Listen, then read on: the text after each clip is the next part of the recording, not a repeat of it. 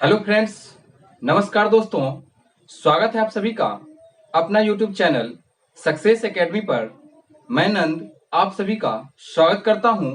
तो दोस्तों, आज हम इस वीडियो में लेकर के आया हूं आप सभी के बीच बिहार डीएलएड एंट्रेंस एग्जाम से संबंधित इसमें जो सिलेबस है, तो इसका जो मैथ का सिलेबस जो है, उन सिलेबस को देखने वाले हैं आज हम लोग। तो आप देख सकते हैं बोर्ड पे आपके पीछे जो है सो मैथ का सारा सिलेबस लिखा गया है। तो दोस्तों, मैं इस वीडियो को शुरू करने से पहले आप सभी से एक आग्रह करना चाहता हूं कि जो मेरे प्यारे दोस्तों अभी तक अपना इस YouTube चैनल को सब्सक्राइब नहीं किए हैं, तो प्लीज सब्सक्राइब कर दीजिए और वीडियो अच्छा लगे तो जाते जाते एक लाइक जरूर दबा दीजिएगा। ठीक है दोस्तों, तो चलिए आज हम देखने वाले हैं मैथ का syllabus Bihar DElEd entrance exam के लिए। और मैं आपको बता दूं दोस्तों कि यह जो एग्जाम का सिलेबस है, यह ऑल यानी जनरल कंपटीशन का जितना सारा जनरल कंपटीशन है उसमें जो मैथ का सब्जेक्ट से पूछा जाता है क्वेश्चन, सो इन्हीं सिलेबस के अनुसार पूछा जाता है और इन्हीं चैप्टरों से पूछा जाता है। ठीक है, तो ओवरऑल आप कह सकते हैं कि मैथ में जो भी कुछ पूछे जाने वाले हैं जनरल कंपटीशन को देखते हुए, तो ये सारे सिलेबस को आज हम यहाँ व्याख्या करने वाले हैं और सभी टॉपिक पे बारीकी से देखेंगे।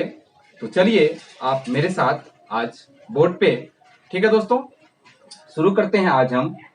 तो सबसे पहला जो चैप्टर है आप देख रहे हैं कि संख्या पद्धति, नंबर सिस्टम।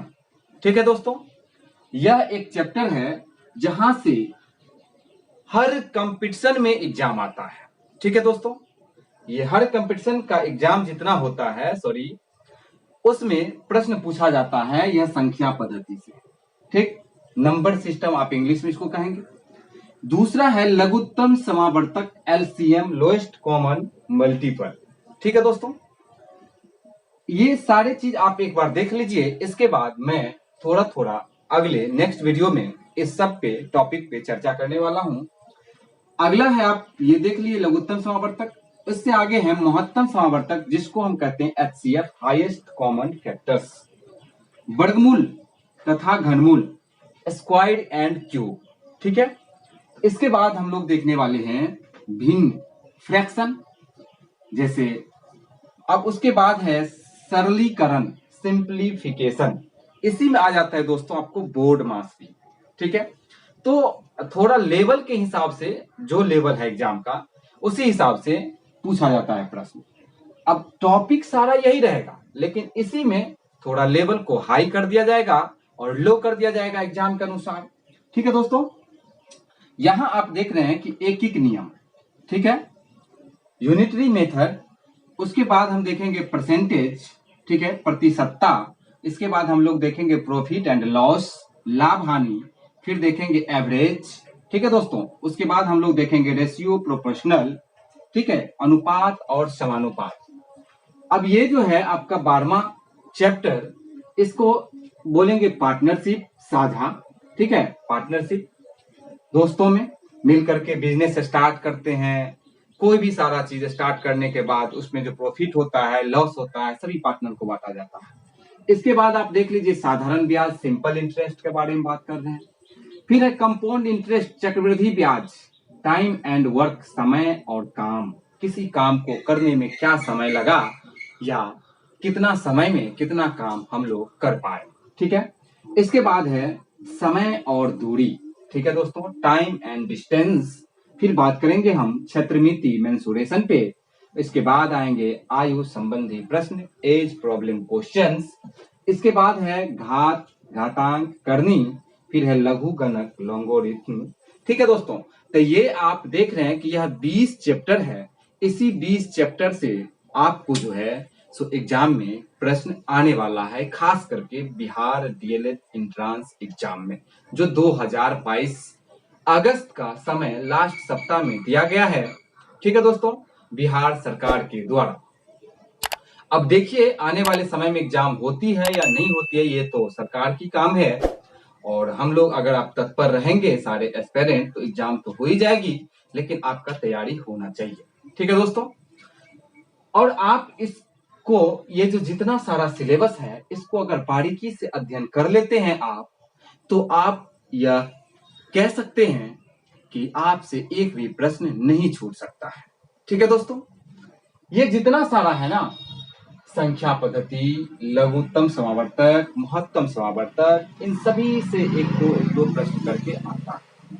टोटल जो प्रश्न की संख्या है मैं पिछले वीडियो में आप सभी को बता चुका हूं कि इसका किस सिलेबस से कितना नंबर का पूछा जाएगा। तो आप देख सकते हैं कि मैथ से प्रश्न की संख्या 30 है। ठीक है, और आपको चैप्टर पढ़ना है टोटल 20, नहीं तो 30 अगर किसी एग्जाम में मैथ से प्रश्न पूछ रहा है, और ग्रुप डी में भी शायद यही है, ठीक है दोस्तों, या 25 होगा, तो ग्रुप डी में भी यही है, रेलवे का ग्रुप डी में तो 30 प्रश्न पूछा जाता है और 20 चैप्टर है। तो आप समझ लीजिए कि किसी चैप्टर से 2 प्रश्न पूछेंगे, किसी से 1 प्रश्न पूछेंगे, जैसे बोर्ड का जो शेड्यूल होगा। लेकिन आपको अभी तैयारी सबको करना है, इसमें ज्यादा फोकस आप सबसे पहली बात देखा जाए तो नंबर सिस्टम से ही ज्यादा क्वेश्चन होती है।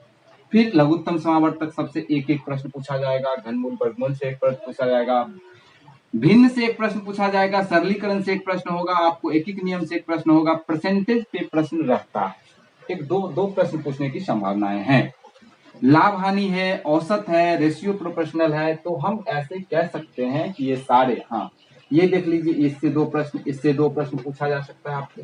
ठीक है, तो कुछ कुछ ऐसे टॉपिक है, ऐसे चैप्टर है जहां से 2 प्रश्न पूछा जाएगा, अन्यथा एक एक प्रश्न आपको पूछा जाएगा।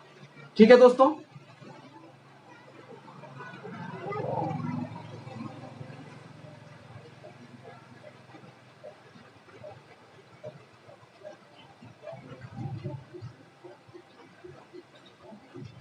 तो इस तरह से आप जो है सो मैथ का सारा सिलेबस को जान गए, और हम अब बात करने वाले हैं आपको संख्या पद्धति पे। ठीक है, ये सारे को हम क्या करते हैं कि मिटाते हैं, और इसमें बात करने वाले हैं कि आपको संख्या पद्धति में क्या क्या पढ़ना है, नंबर सिस्टम में आपको पढ़ना क्या क्या है। ठीक है दोस्तों, यह तो चैप्टर का नाम हुआ, क्योंकि मैंने आपसे कहा था कि मुझे जब भी समय मिलेगा तो मैं आप सबों के बीच उपस्थित हो जाऊंगा, और ठीक है दोस्तों, आपके लिए कुछ खास ही लेकर के आऊंगा। ठीक है, तो चलिए मैं बात करने वाला हूं संख्या पद्धति। इसमें सबसे पहले बात करने वाले हैं हम दोस्तों कि आप देखे होंगे कि पूर्ण संख्या, ठीक है, पूर्ण संख्या जिसको इंग्लिश में कहते हैं होल नंबर। ठीक है, होल नंबर्स, आप इसको जानते होंगे। ठीक है, फिर भी एक बार संक्षिप्त में जान लीजिए कि वैसी संख्या या गिनती की वैसी संख्या जो 0, 1, 2 से शुरू होकर इनफिनाइट तक चले, इसी को हम क्या कहते हैं, पूर्ण संख्या, होल नंबर कहते हैं। ठीक है दोस्तों, इसके बाद हम आते हैं प्राकृतिक संख्या। प्राकृतिक संख्या, ठीक है, जिसको हम लोग कहते हैं नेचुरल नंबर। नेचुरल नंबर, तो नेचुरल नंबर्स किसको कहा जाता है, जानिए इसको।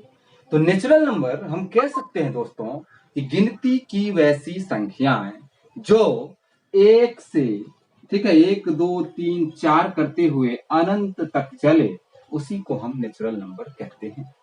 फिर आप बात करने वाले हैं कि शून्य क्या होता है। शून्य मतलब 0, नहीं दोस्तों। इसके बाद हम लोग बात करने वाले हैं पूर्णांक पे। पूर्णांक क्या होने वाला है, इंटीजर्स। इसके बाद हम लोग बात करने वाले हैं अभाज्य संख्या पे।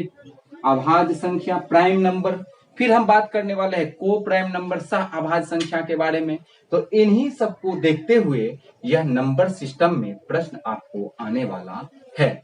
ठीक है, और एकदम इजी आता है प्रश्न दोस्तों, ज्यादा इतना टफ नहीं है। आप लोग आराम से बिहार डीएलएड एंट्रेंस एग्जाम को क्वालिफाइड कर सकते हैं। बस आप संयम बना करके रखिए, और सारे चैप्टर का जो है सो थोड़ा थोड़ा आप बारीकी से नॉलेज लें और ज्ञान अर्जित कर लें, और आप आराम से एग्जाम दे करके आइएगा, आपका एग्जाम निकल जाएगा।